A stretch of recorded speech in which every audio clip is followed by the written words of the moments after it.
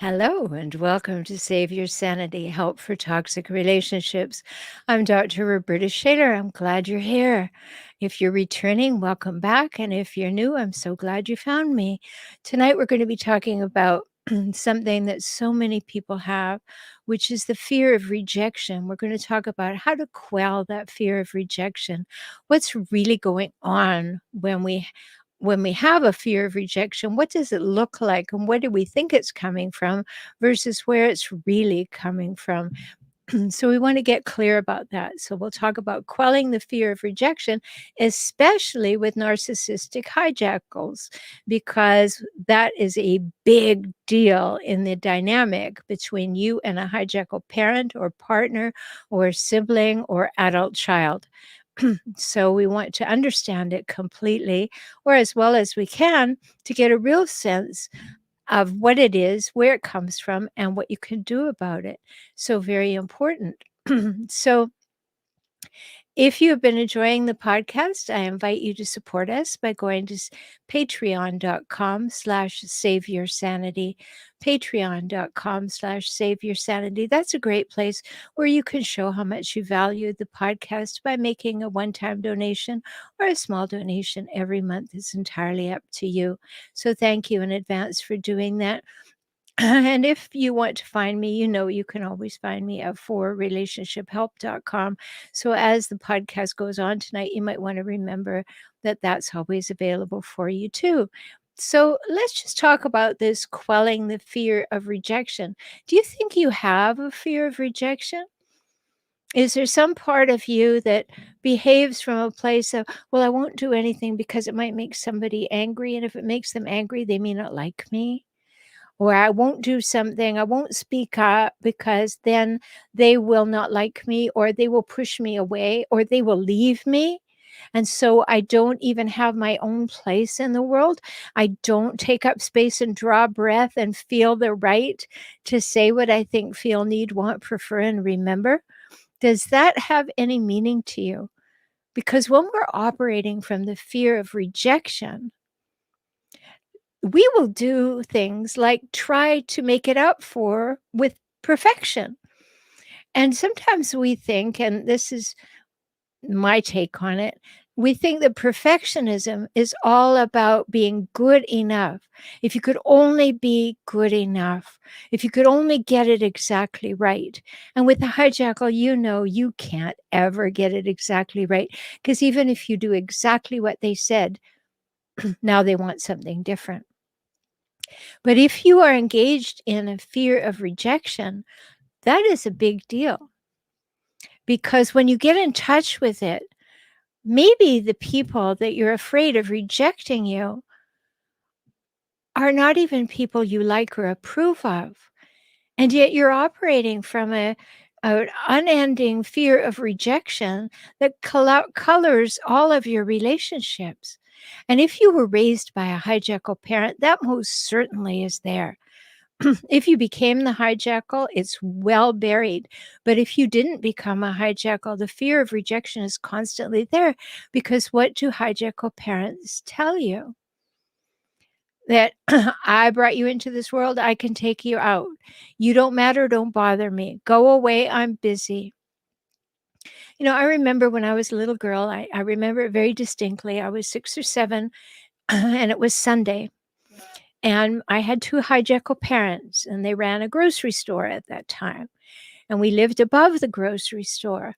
So my mother was sitting at her table in the dining room, and I went in and I said to her, "Mom, would you come and play with me?" And she said, "No, I'm too busy." And I remember it so distinctly, and she told the story many times, so I know she remembered it too. I said to her, "I don't know why you had a child. You're either too tired or too busy." And that was the fear, right? Speaking right there. I happen to be obviously a child that spoke my mind, but that fear of rejection, did I ask her again to play with me? No. because I didn't want to be told no again, that I wasn't worth her time or her energy. And that's what happens to us when we're raised by a hijackal parent. We can't do anything right. We can't get what we need and want because they don't care and they don't have it to give to us emotionally. So we get caught in this thing. So maybe we become perfect in order to avoid rejection. And then that still doesn't work. So I think the underlying concept here is the fear of rejection, not the perfectionism, but to get underneath it and realize, no, we need to be clear that is coming from a fear of rejection. So I invite you to think about that in your own life, to sit quietly with it and dig down underneath to see, is that really what's going on? Am I operating in life from a fear of rejection? Because if you do, you'll put up with all kinds of nonsense from all kinds of people. Because what if they don't like you? What if they walk away from you? What if they tell other people that you're not a good person? No, we can't have any of that. Yes, you can, because people who do those things are probably not people you really want to be around. I've told the story before of realizing after my mother's death that I really was looking for, at some level, even though I had done so much work, that when I had said to her on her deathbed, I put my hand on hers and said, "Mom, you never told me that you loved me." And she looked down her nose and she said, "I know." And she died 3 days later. So I was thinking about it a couple of weeks after her passing, and I thought, what was that? And I found that there was piece of me still looking for her approval.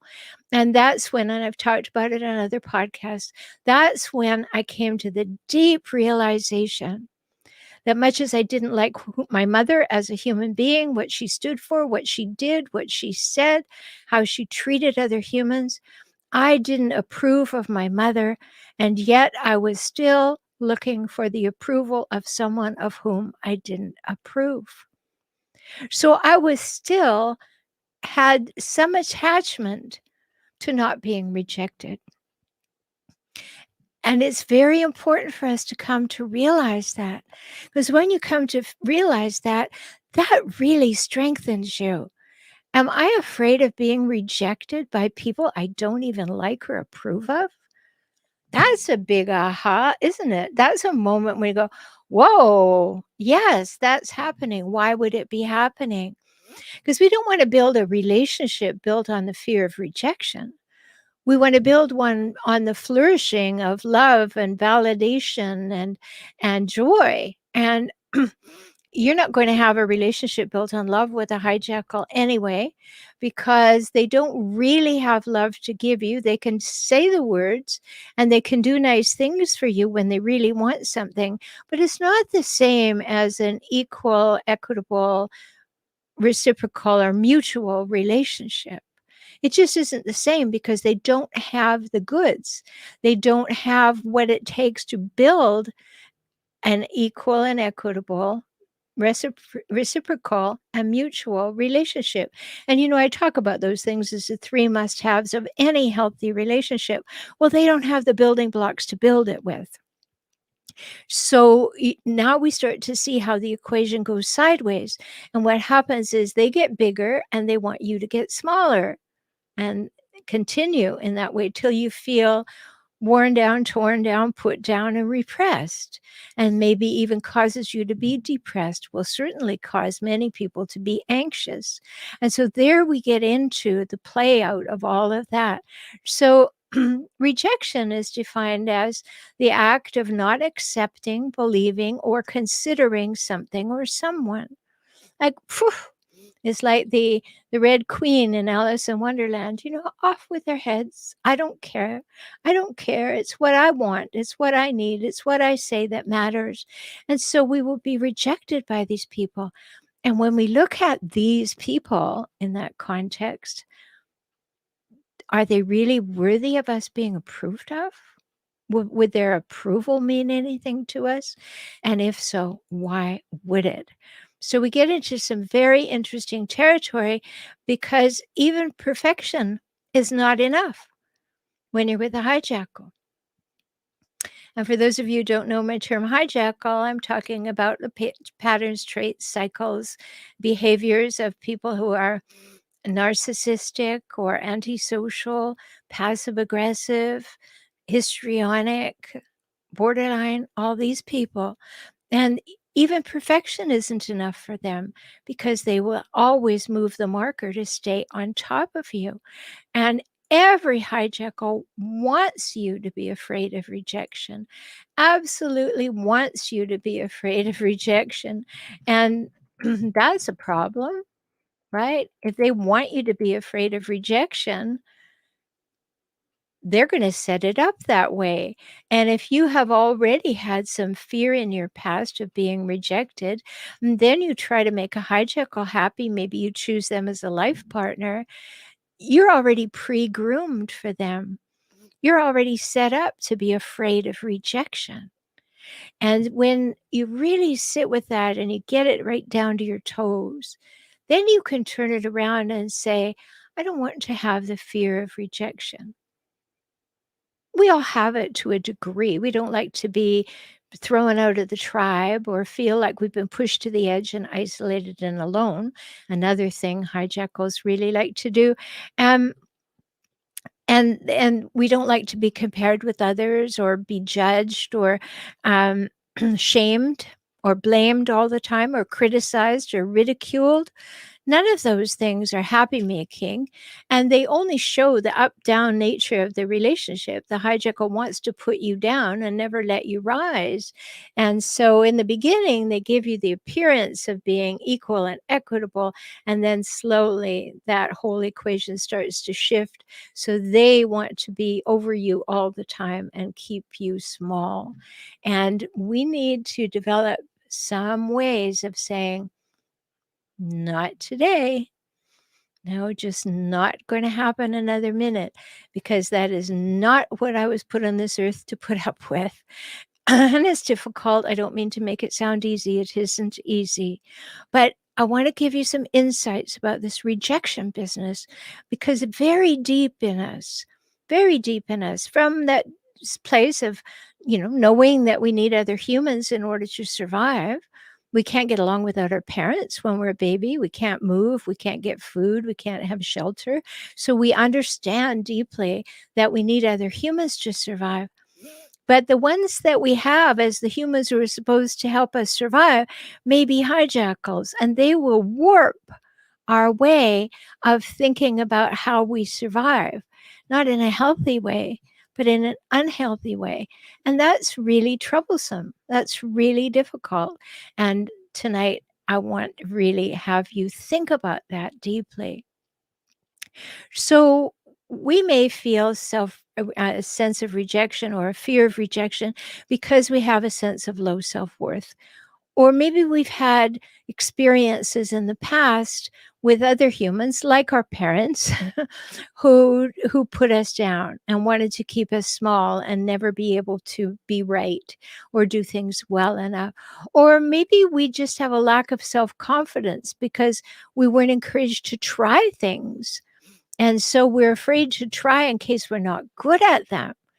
But, I think I mentioned in the last podcast a wonderful speaker that I heard who said, if in that old adage that, if something's worth doing, it's worth doing well. I loved it when she said, if something's worth doing, it's worth doing half-hearted because it's still worth doing. So if somebody has put us down because we don't do something well, that's absurd because we should try things, and if we like them, we should keep doing them, and if we don't like them, it should be our choice not to do them anymore. But it's not a point for other people to make up decisions about how we need to feel. If I could, one of the words I would strike out of people using is the word should. Everything is an option. It's a could. There's no should. If you find yourself guilty of shoulding on yourself, Try and replace that word with would every time and see how, if you don't feel better, because I think you might.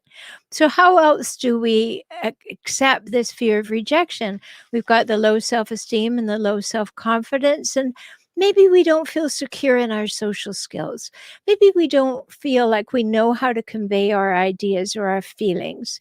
We don't know how to ask for what we need and want. That's something you can learn. So you don't have to be afraid of rejection. You can learn those skills. I teach many of my clients better skills in that regard. What to say to a hijackal, what to say when people do things like put you down or dismiss you or discount you or reject you. And another thing that happens with the fear of rejection is we get into our heads. We start truly overthinking things, right? We just cogitate and cogitate and what if this happens and what if that happens and oh, I don't know if I could handle that, so maybe I won't do anything. And you get into this paralysis of fear of rejection. And that can be exacerbated by having a hijackal parent or partner too, because you know you can't get it right. So you start thinking, how do I shut myself down? And that's terrible. It's really hard for you to cope with. And another thing is you want to avoid feeling awkward or be embarrassed by your behavior. So sometimes you're just quiet. But the good thing is you can learn to communicate. You can learn to speak up. You can learn to be assertive. I hope you will. And stop operating from just wanting to avoid pain. Pain is inevitable. You know, we're going to be rejected every now and again. There's going to be a mean person on the playground. There's going to be somebody at work who just simply cannot be pleased. There are going to be people who, no matter how hard you try, decide not to like you. So it's a very natural part of life that we're going to experience some rejections. So it's not that we are going to avoid rejections entirely. We're going to have them, but we don't want to be afraid of being rejected to the point where it paralyzes us. And that's my point this evening. We hijackals want you to be afraid of rejection because then they have power over you all the time. You know how hijackals are, they threaten you. You know, my mother would say, I'm going to take you out of the will and just see how you manage. And, hijackal husband threatens to leave his wife. A hijackal wife threatens to leave the husband and the kids. And there's all these threats, maybe threats of physical violence, threats of emotional rejection, threats of emotional abuse, or actual emotional abuse. All those things happen. So, as I'm saying these things, are you thinking about where you may have housed a fear of rejection that is maybe a little more sensitive than normal? Maybe a little more front and center than you would like it to be? Are you hiding yourself because of a fear of rejection? Has a hijackal taught you, no, no, don't you dare go there because I will reject you. I will stomp on you. I will take it away from you. You know, these things get built in. And so as we're discussing this tonight, have it be going through your mind, where did I get this from? Do I have this fear of rejection? And is there a hijackal in my life who is just wanting to push that button all the time? Because very closely tied to fear of abandonment, of being left on your own. And our fear of abandonment is built in because we know when we're born that we can't manage. We can't get food. We can't move around. We can't do anything. So we're afraid for survival. And we can get triggered in that way too because we start thinking that we need these hijackals in order to survive. Well, you don't. Survival may be a little difficult for a while if you leave one, but you don't die. And it's important to understand these underpinnings of all of this because, it causes you to second guess yourself and not really want to share your opinions or your thoughts. You're so concerned about what everybody else thinks and wants and needs that you don't get in touch with yourself. What do I think? What do I want? What's okay with me? What's not okay with me? How can I express myself? How can I be heard? These are important questions because if you know the answers to those, you can set boundaries, right?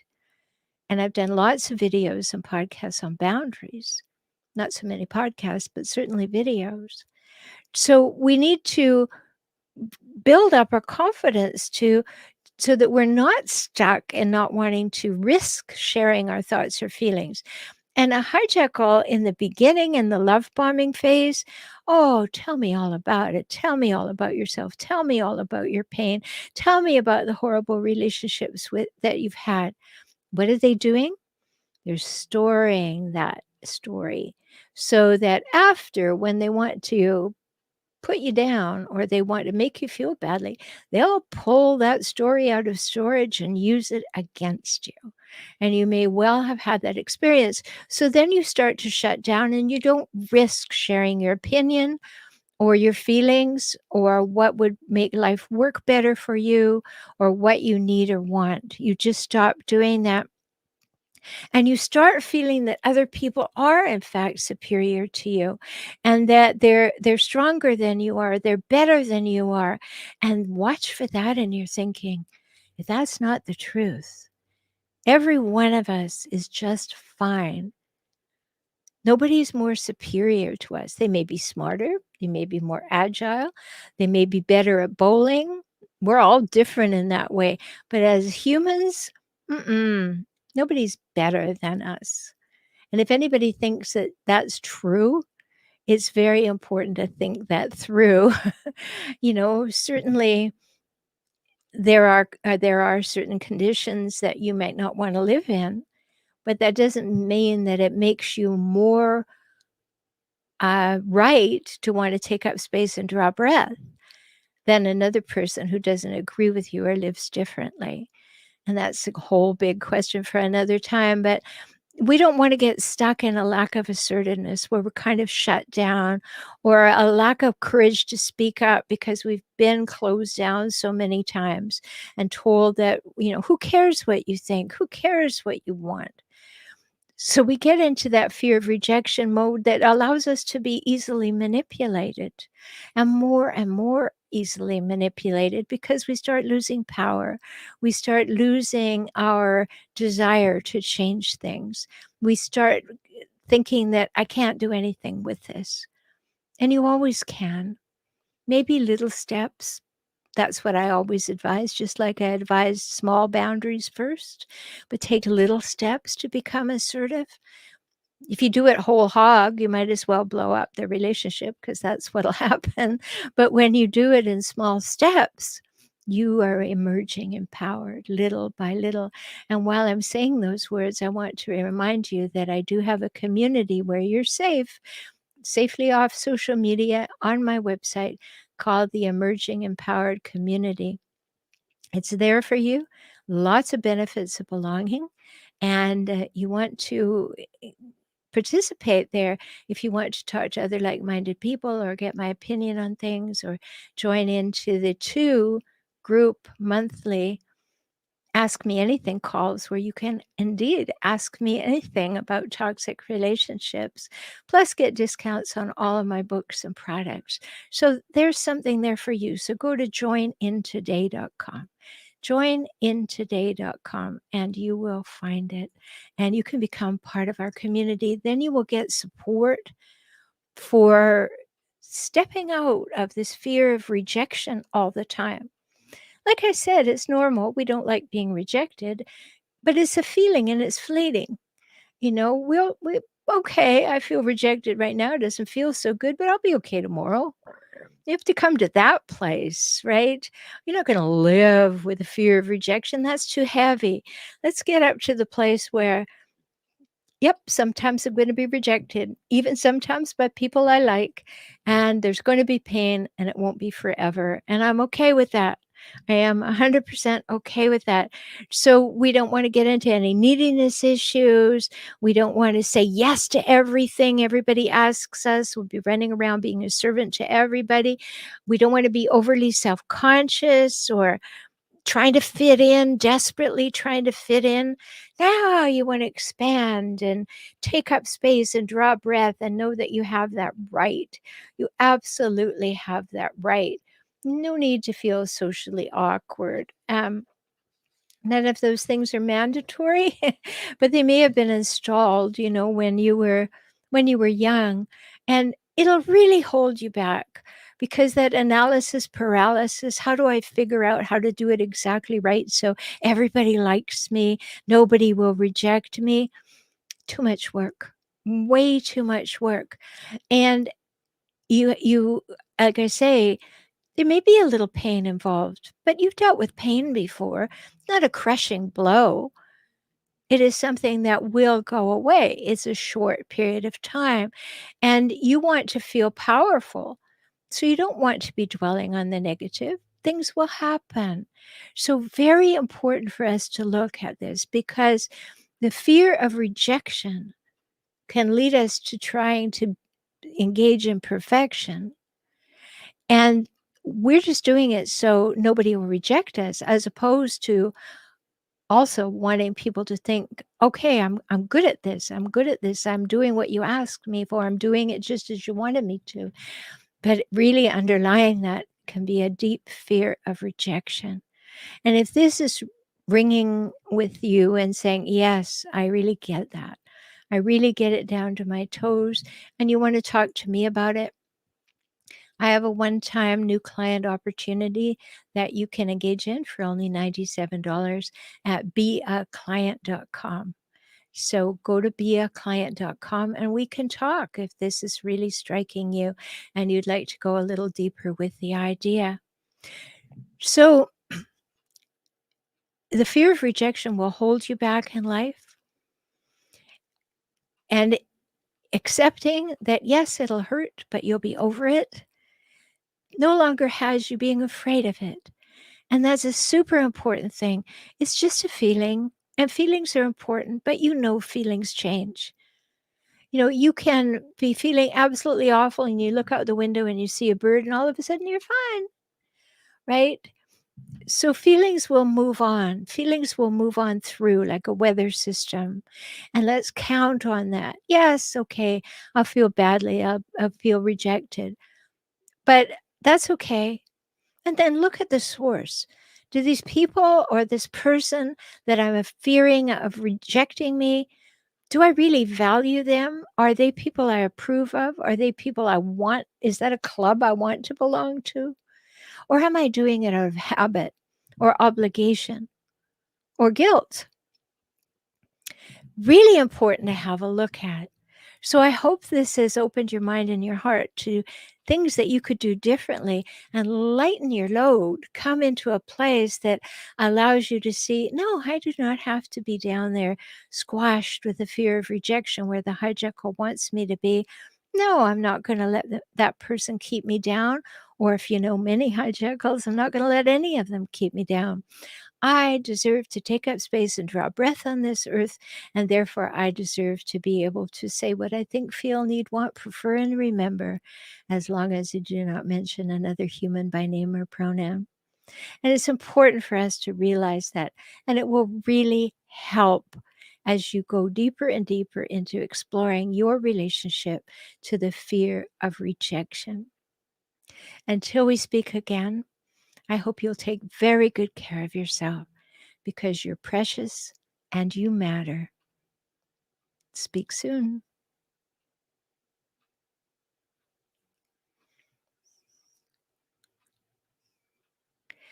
Hello, everybody. I don't see any comments at all. Well, this is an unusual thing. For sure. So if you have a question for me, be sure to rush right over and put it in the chat so that I can answer it, because my policy is if I don't see any questions or comments in there for 30 seconds, I disappear. So we don't want that to happen. Oren, hi. And he says, thank you. And you're so welcome. What did that open up for you, Oren? Was anything there that struck a chord within you? I'd love to hear that. It's a very personal thing to really get in touch with your fear of rejection. I realize that. And It's very deep-seated in many cases because we got it when we were children, and it's still there. Or and so the idea of being worthless makes making friends hard. Yes, but isn't it interesting that you accord your friends as being worthy? So what if you looked at why do you accord your friends that they are worthy for you to want, and yet think maybe you're not? Be your own best friend. Start seeing yourself as worthy and valuable and having something to offer to someone in relationship. That can really help you because it is really difficult if your self-esteem is low or you don't feel worthy that you think people will like you, you could spend a lot of time alone and that's not healthy. And being alone is wonderful, but being lonely, not so wonderful. Okay. Cosmo said, I think you didn't finish. I want to move on, but I have kids. Yeah, that's a big consideration. There's no one size fits all answer. Different ages of the children, different financial conditions, different age of the marriage or the relationship, what kind of childhood you've had and what set you up for it, what you're capable of doing at the moment, or whether you have to work up to being emerging empowered. That's why I have the emerging empowered community. When people leave, I want them to leave emerging empowered, and if they stay, I want them to leave to be emerging empowered at all times. So whatever you're calibrating, you want to be constantly moving into a greater sense of self and self-awareness, feeling good about yourself, and being willing to start doing those little baby steps and nanoseconds of setting a boundary or asking for what you need or want or releasing a fear of rejection. These little things you can tick off the list and it'll help you feel that you are more and more empowered. Doesn't have to be night and day stuff. All shades of gray will still get there. So that's an important thing. Or it says dealing with feelings is hard when you are untaught how. It is. And if you had hijackal parents, the whole thing is off. It's all off because the way that they calibrate feelings is to discard them. The only ones that matter are theirs. And so it's very difficult to learn how to do it, but you can. Come and talk to me. I'll help you with that. Talk to another therapist, do something, join a class, do something that will help you be part of something, A, and secondarily will give you good information. A bubble gum, hi. My fear of rejection often keeps me from doing much at all. It is paralyzing. And I'm sorry that's the case for you. It absolutely is paralyzing. And that's why I wanted to do this broadcast tonight is let's just open it up. Let's see it for what it is. Because if that is stopping you from living fully, let's work on that. That you don't want to stay stuck in that place, I know. And I'm happy to help you. Also do, as I said to Oren, find groups, do things.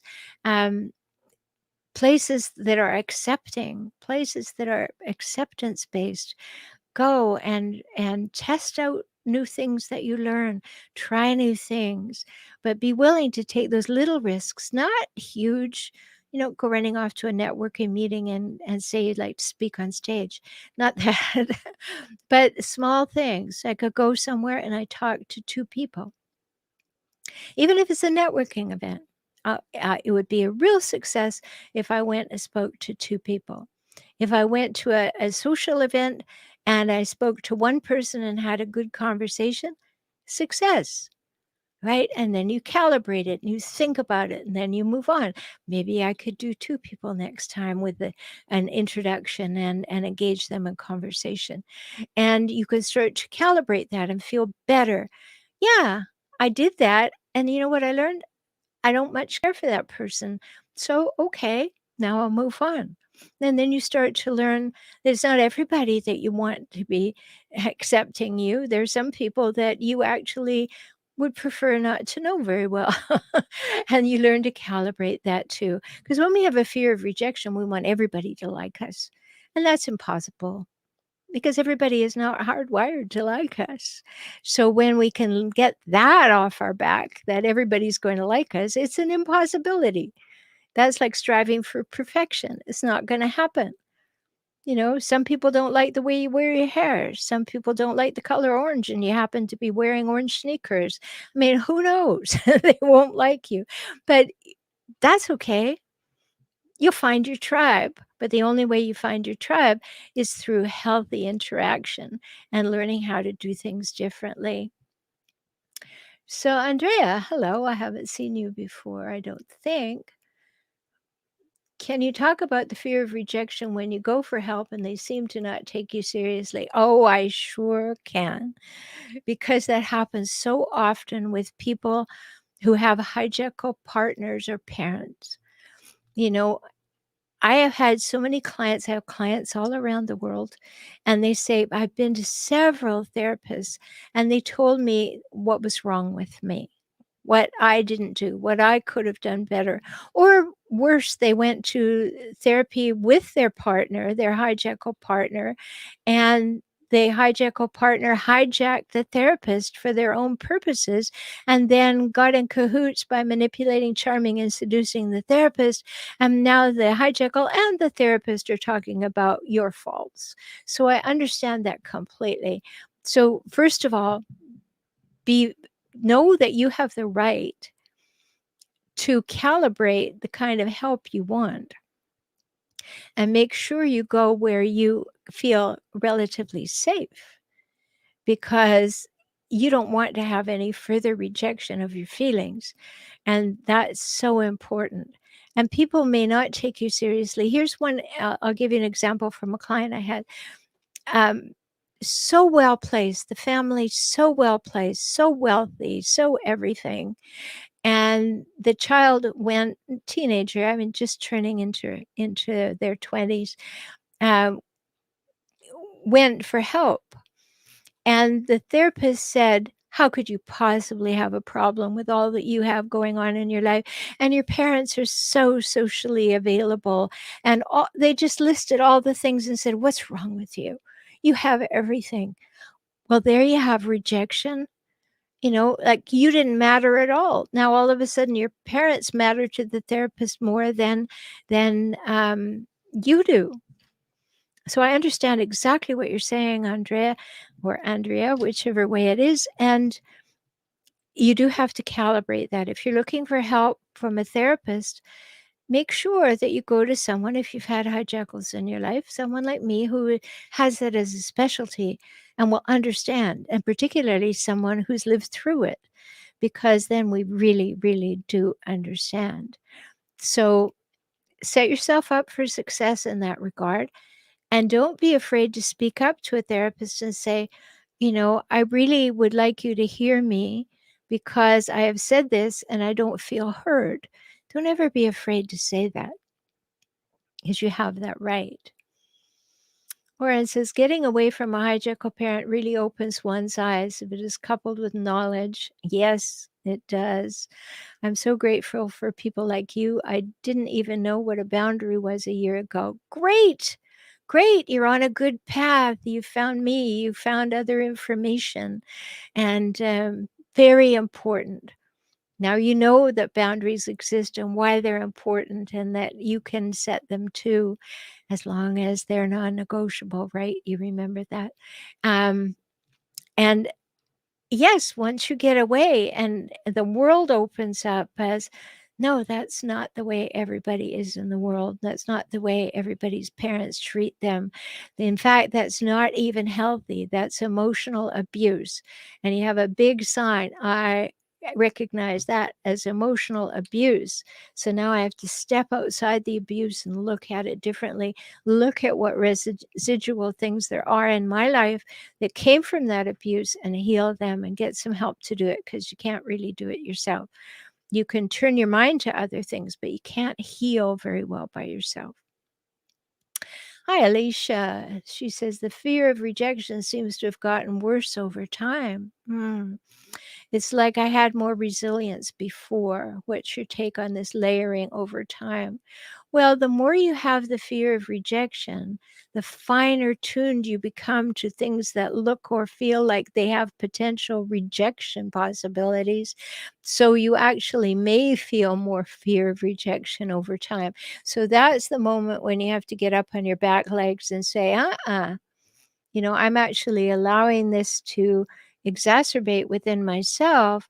And I think I need to be on a level playing field. I need to put myself on a level playing field with every other human being around here, that I am as important as what I want and need and think and feel is as important as every other person.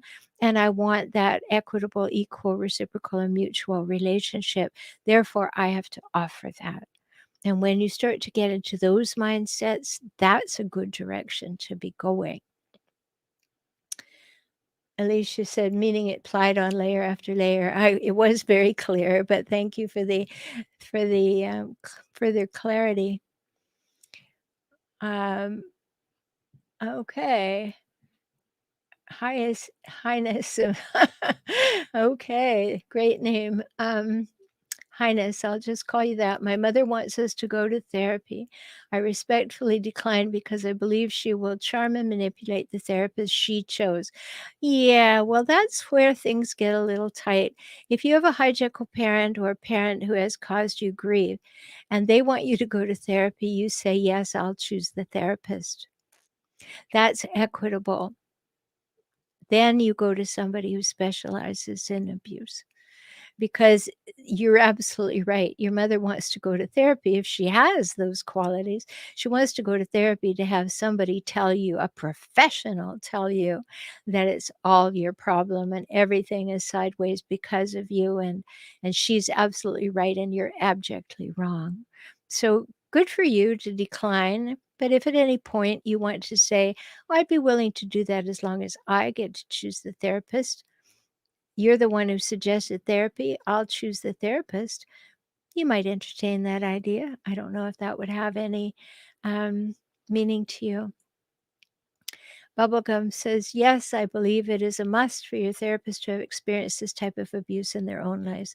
I do too. I was speaking with a colleague. I don't know. I was speaking to them during the pandemic when everybody was on Zoom, and I said, well, what do you know about toxic relationships and people with traits of personality disorders? And she said to me, well, I know all I need to. We had a full day of training on that. And I was like, really? A full day of training out of a textbook with a lecture. And that makes you feel like you're equipped to deal with this? Oh, my, no. So absolutely, bubblegum, I agree. You do need to go to someone who has experienced it and is an expert in it. There are a lot of coaches around who have experienced it. You want somebody who can be therapeutic, which is not in the coach's handbook. The coaches are there to take you from where you are to where you want to go, but they can't go backward into your past. They can't go into your trauma. That's part of the Coaches Federation guidelines. And so it's very important to choose wisely and well. There are wonderful coaches around, but they need to know, which direction to go. And some of my psychotherapist friends have become coaches, so they're great, absolutely great. But you want someone who's more than having the experience of having done it. You want someone who can actually therapeutically help you to get out of that situation in your mind. Okay, good. Highness agrees. Alicia says, great, that answered the question. Cosmo said, my husband is waiting for us to move with him, I guess, to Texas, and I'm afraid everything will continue. It will, and it has all the earmarks, Cosmo, of being worse. Because when a hijackal suggests you move somewhere, they are looking to isolate and marginalize you.